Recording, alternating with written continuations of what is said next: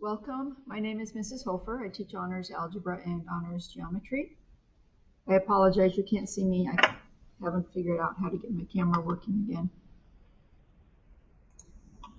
So we're going to discuss the grading system, the homework, the tests, website, and then, not that you can ask questions right now, but you can certainly email me.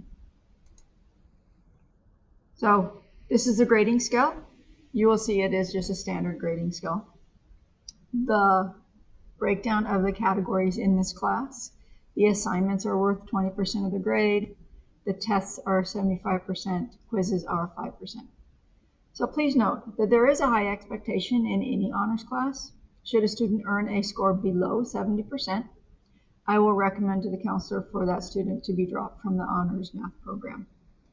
If your child is a freshman in honors geometry, if they were to fail first semester, which I doubt will happen, but just so you know, if they were to fail first semester, they would have to go back to algebra. Freshmen do not earn the algebra credit until they have passed first semester of geometry. Okay, so just so that you know that that's what could happen. All right, homework.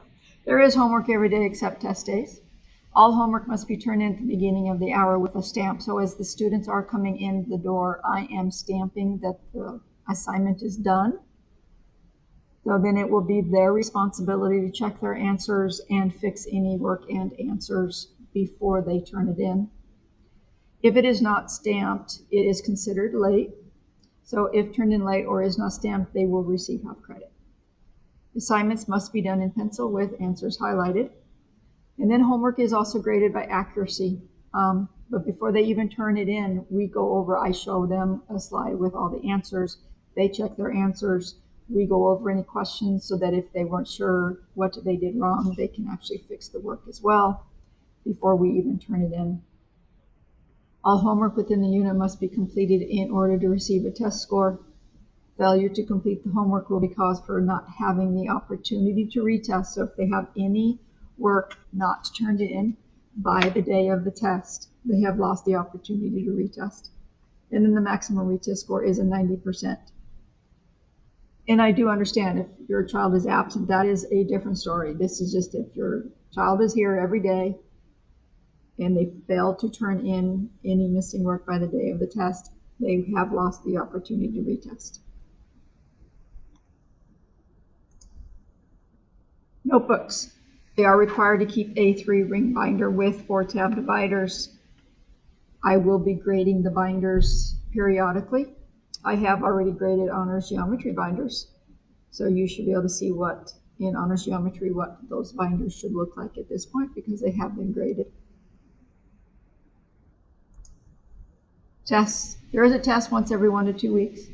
Students can do test corrections and retest outside of class time.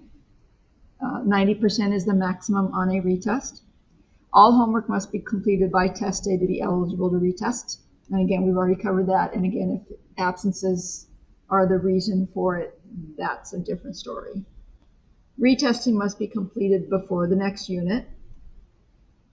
If the student is missing any work from the previous unit, that work must be completed by the next test. If not completed by the deadline, the test score will remain a 0. So the test score goes in as missing until all missing work has been turned in. And once the missing work has been turned in, then the test score goes in. But if that missing work does not get turned in by the time we test the next unit, then that test score will be changed to a 0 instead of missing. So just remember, we do have our website that you can go to, as well as making sure that you check your child's grades in Parent View. So you want to make sure you check that periodically. I will be sending out progress reports as well. So if you do have any questions, please be sure to email me. My email address is lori.hofer, lori.hofer@guhsdaz.org.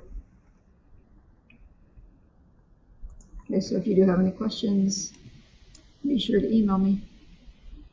Thank you. Have a great evening.